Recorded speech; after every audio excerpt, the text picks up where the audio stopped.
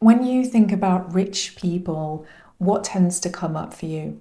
Because if you have negative associations or judgments about them, this can actually block your own flow of wealth.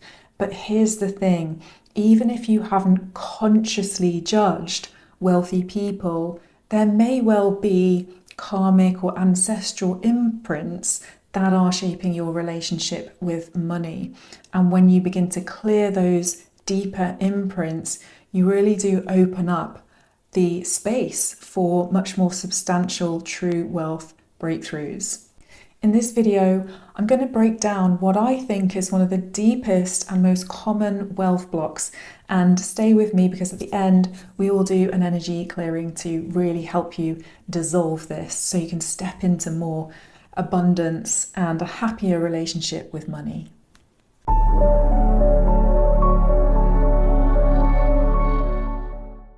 If you've been watching my videos, then you know that I don't believe money blocks are just operating at the level of the mind or of the subconscious mind. They operate at the level of karmic imprints and even ancestral patterns. And when I started to work at this level, a lot of things shifted for me, both internally and externally. I started to receive much more money and opportunity than I had done before. But I also started to really heal some deep wounds that I was not even aware of, and that I am so grateful for. As I was preparing for this video, I actually found myself at one point sobbing, and I know that's because a lot of energy was shifting around my relationship to money, but also to a deep collective money wound that I was tuning into.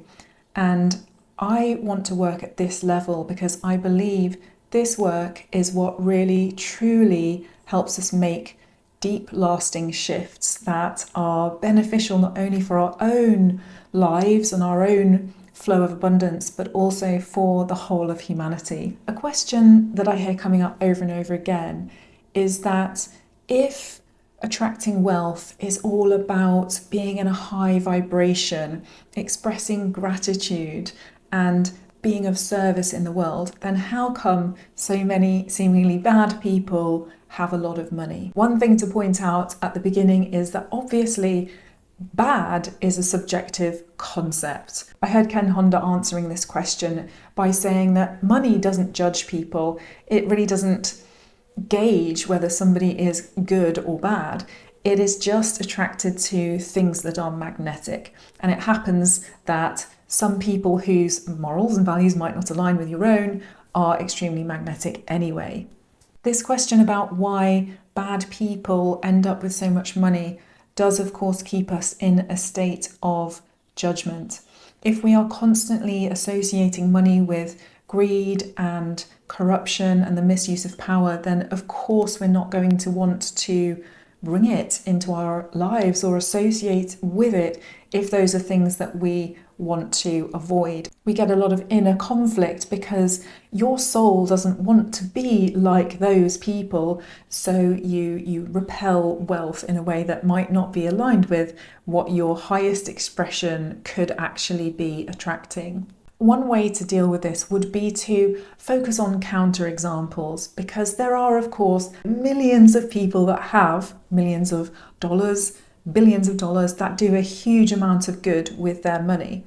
So that could help alleviate some doubt, but that would still be working at the level of the mind. And as you know, that is not where we're stopping with this work. We are going much deeper than that and looking at our collective destiny, our karmic imprints, and our ancestral patterns that also shape our relationship to money. This leads me to what I think is the deeper truth about what we want to know when we ask why bad people have a lot of money.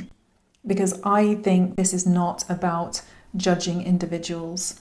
I think what we really want to know is how can we heal from the pain and the sorrow at witnessing all of the injustice and corruption and violence that has come to this world as a result of the misuse of money. As Richard Rudd says, our monetary system favours the tyrant. And ever since there's been commerce, we have been in a power struggle and a series of conflicts around money that are difficult to contend with. When we start to tune into and face the money-related corruption and violence that we see in the world and understand that historically and ancestrally, really then we can start to tap into a collective sorrow that can feel pretty heartbreaking. We are not living in a fair society, and it really, really hurts. There was an Oxfam report in 2023 that showed that since 2020, the richest 1% have captured almost 2/3 of all new wealth, nearly twice as much money as the bottom 99% of the world's population. And it can just be so painful to navigate a monetary system that has caused so much damage and so much inequality. And as people who have a high degree of compassion and empathy, we of course want to separate ourselves from something which seems so harmful to the world, and we want to do things in a different way and move towards a new paradigm. As I said earlier, when I was preparing to make this video, I did just start to sob because I understand how deep it cuts, and this is of course encoded into our DNA. So as we move into this energy clearing, I would really invite you to be very, very tender with yourself.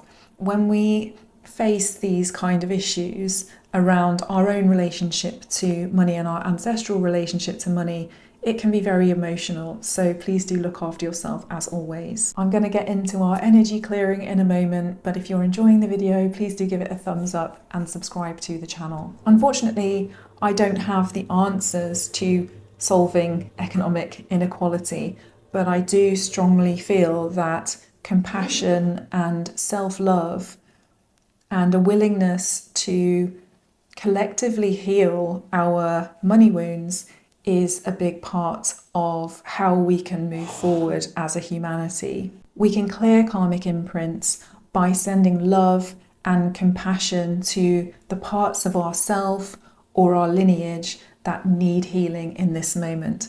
This is what I've learned from the Compassion Key, and this clearing is inspired by that philosophy. So just a note before we begin, as I say, this work can be quite emotional, and also we're working with energy, and so it's really important that you prioritize your own spiritual hygiene, as they say, that you set a very clear intention that this work is done for your highest good and for the highest good of all, and that only those energies that are serving the light and truth may be present.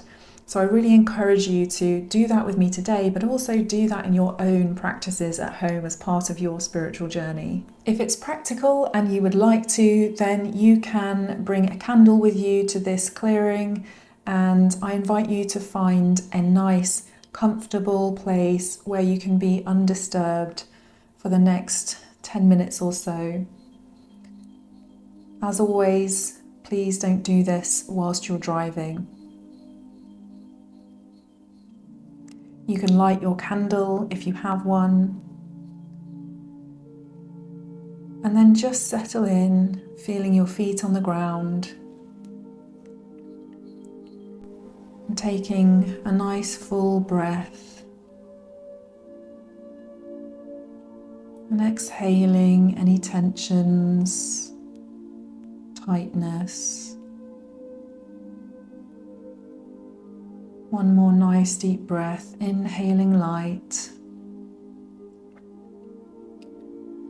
and exhale, release. And let's create a sacred space for this clearing where we honor those who have gone before us. Set a clear intention that you are surrounded by divine protection and that only energies aligned with your highest good may be present in this space.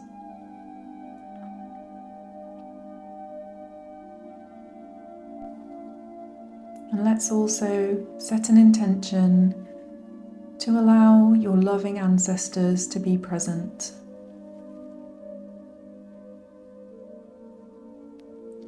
Invite them to warm their hands by the flame of your candle.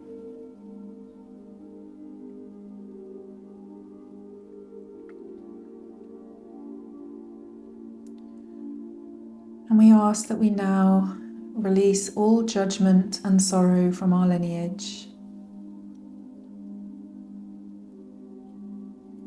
healing all wounds that are binding us in a contract of lack, forgiving ourselves for all the beliefs that were passed on and inherited, honoring our connection by releasing all shared suffering, releasing imprints that are blocking our soul's highest light. Placing your awareness in your heart center and in your belly, you can allow a soft, warm light to infuse the heart center, directing love and compassion all the way along your lineage.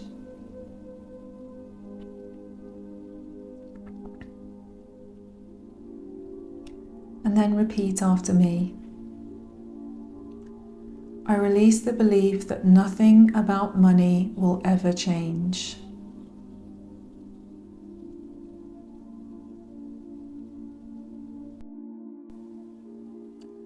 I release the belief that accepting wealth means ignoring the pain it has caused.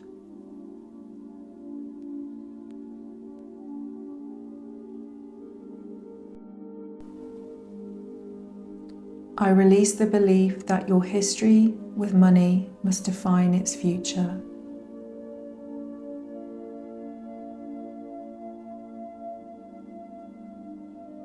I release the belief that money compromised your spirituality.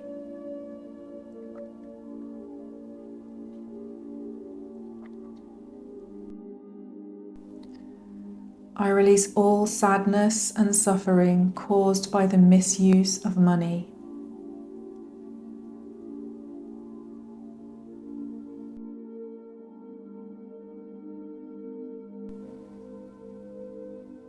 I release all anger caused by injustices associated with money.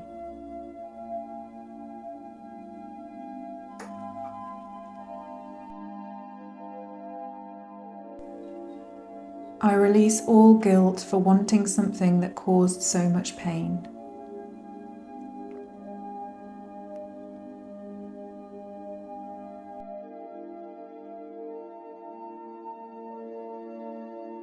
I release all shame about your past uses of money.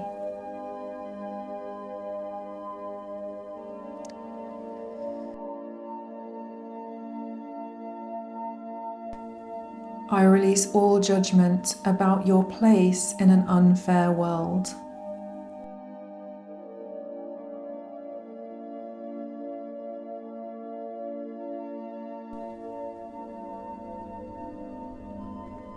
I release all fear that it is not safe to expect something better.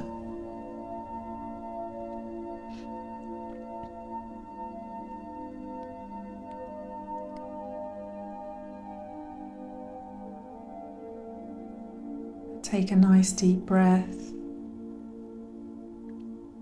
and release.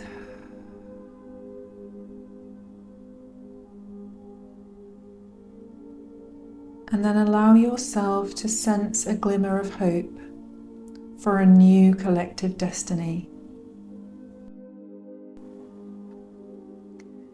for a new consciousness of money to emerge, for our healing of the past, the present, and the future.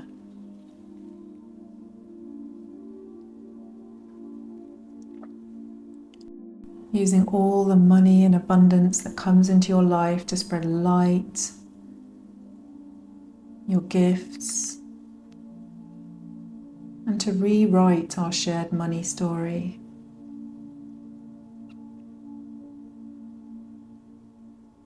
Knowing that compassion and love are the healing currencies of the future.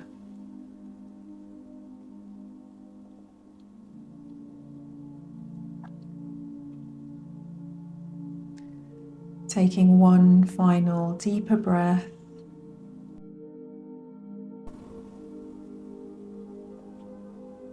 And then allowing yourself to come back to the present. Again, feeling the places where your body makes contact with the ground. You might want to stretch, wiggle your toes, your fingers. And whenever you're ready, you can open your eyes.